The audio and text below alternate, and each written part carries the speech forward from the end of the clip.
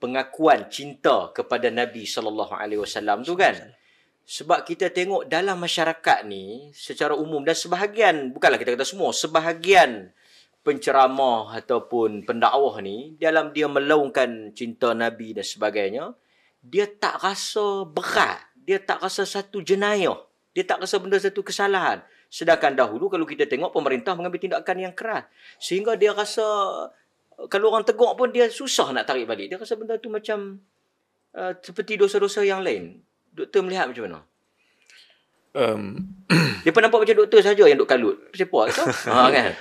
Baik, Assalamualaikum warahmatullahi wabarakatuh. Alhamdulillah wassalatu wassalamu ala Rasulillah wa ba'd. Terima kasih Ustaz Ahmad, sahibul samaha Datuk Mufti dan juga Datuk Fathul Bari yang ada pada malam ini.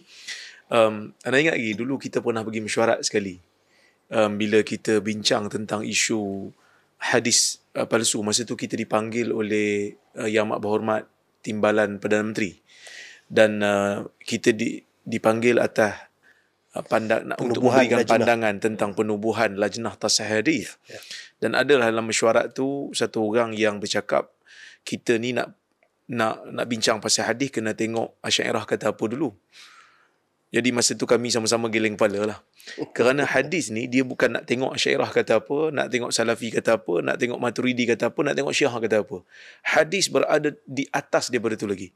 Sebab itu macam Datuk sebut tadi, bila bercakap tentang isu hadis palsu, ulama ahli sunnah ni daripada pelbagai aliran mereka bersatu. Kerana agama kita ni dia kekal sampai kiamat. Allah Ta'ala pelihara dia. Ya, Allah Subhanahu Wa Ta'ala jamin. Maka sebab itu tidak ada satu ilmu yang diturunkan pada mana-mana umat sama seperti mana yang diturunkan kepada umat ni, iaitulah ilmu penjagaan riwayat. Maka ilmu rijal itu diperkenalkan, disusun oleh para ulama hadis hanya semata-mata kerana nak menjaga keaslian hadis. Sebelum tu, mungkin penonton kita ni ada sebahagiannya awam. Ilmu rijal tu apa? Ilmu rijal ni adalah ilmu yang membicarakan tentang biografi perawi.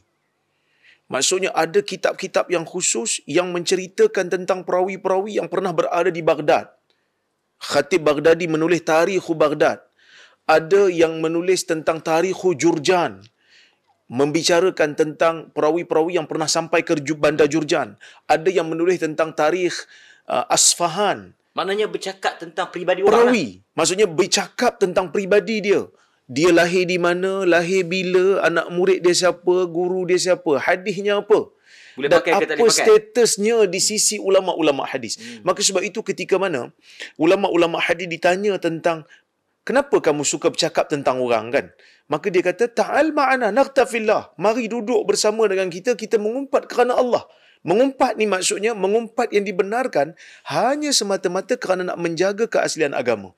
Jadi, sebab itulah Yahya bin Sa'id Al-Qattan, dia dikritik pada zaman dia kerana Yahya bin Sa'id Al-Qattan seorang ulama hadis besar. Dia dikritik di zaman dia kerana dia banyak menceritakan tentang peribadi perawi-perawi. Dia kata kau ni suka mengumpat orang, kau ni suka bercakap tentang ingatan orang, suka dedahkan. Dia kata apa? Dia kata la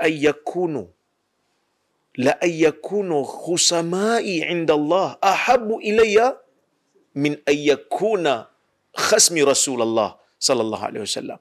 Maksud dia menyebutkan, dia kata la ayyakunu khusamai indallah.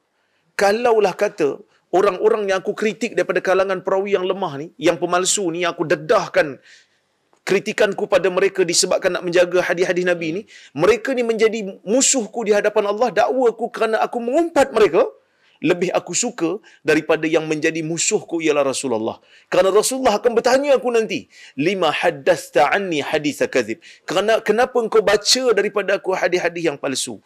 Engkau biarkan hadis-hadis yang palsu ni tersebar di atas namaku. Maka sebab itu, ulama-ulama hadis daripada zaman dulu sehingga zaman sekarang, mereka akan sebut satu orang kata apa, ulama-ulama hadis satu nada yang sama. Bayyin amrahu linnas.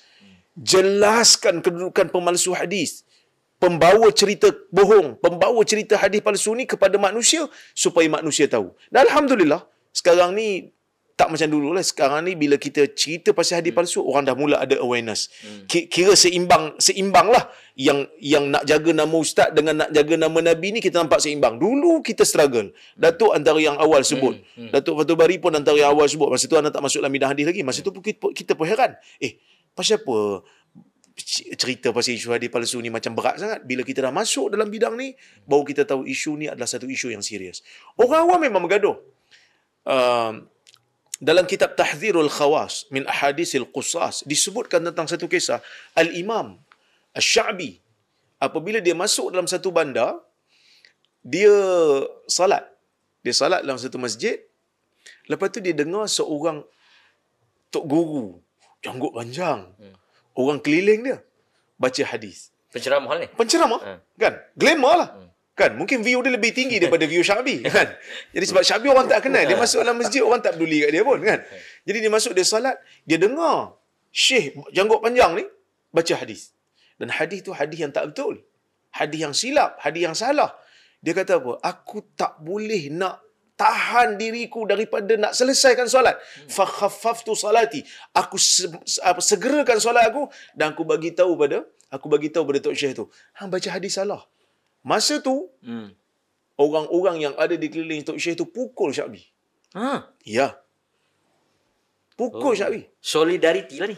Bersolidariti.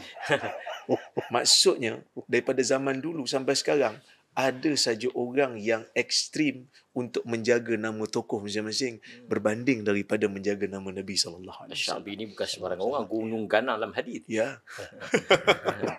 Kena pukul tu kan. Apalah sangat kalau kena kutuk. Kena kecam dalam Facebook. Biasalah kan. Sikit lagi tu. Kena pukul.